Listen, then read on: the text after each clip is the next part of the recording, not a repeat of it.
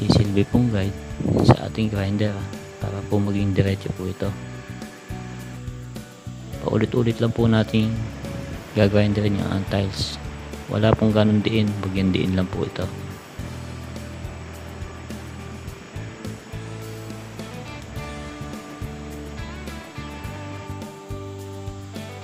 Paulit-ulit lang po, dadaanin po natin sa tiyagayan para po makuha natin buo.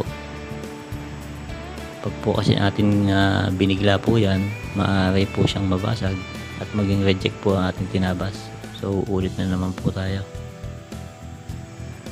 Yung pong kabilang dulo is lalaliman na po natin kasi po dyan po yung kadalasang nababasag yung lugar po na yan. Kaya po kailangan po paninipisin po natin yung tiles na sabay-sabay para po magparehas po yung ating bitak po sa likod.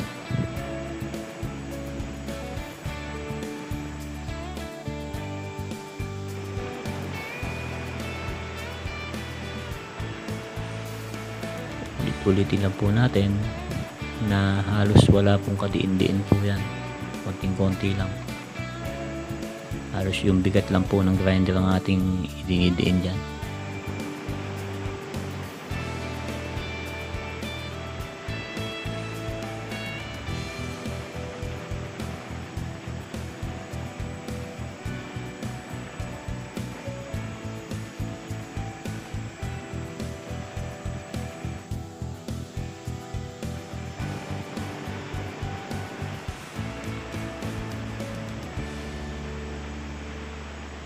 Yung ating pong tinatabas ay porcelain tiles na 60 by 60 po yan. Yan po yung pinagtabasan natin sa mga malalaking sakaro. So yung kabilang side po na yan is original. So yun po yung ating ididikit sa ating tiles na duktong po yan. Minsan po kasi nangyayari yung may maliliit na sakaro.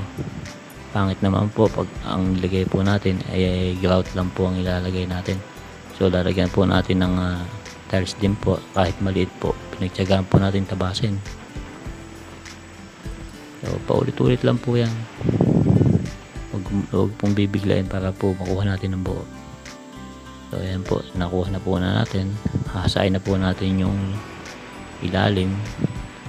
Kailangan po yung ikot po ng grinder papasok po sa tiles, papunta po sa likod. Kung napapansin nyo po yung alikabok, doon po pumupunta sa likod ng tiles. Ibig sabihin po yung ikot po nun is papunta po sa likod.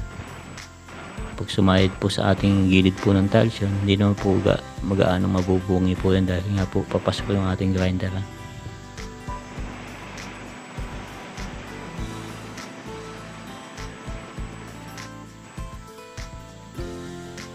Po asahin po natin yung pinakasulok para po mabawasan po yung mga bungi na nagawa po ng ating talim ng grinder.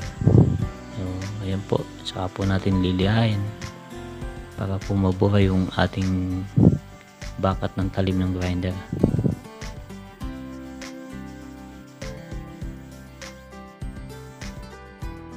So ayan po, natabas na po natin.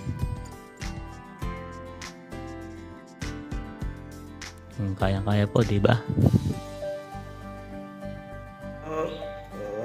Yeah. Nakikabit na po natin yung malita sa nakat po natin ng buo yan. Kahit maliit po, pinagtsagaan natin para po makakat po natin ng maayos. Ayan po. May tape lang po yan, kaya po iba kulay.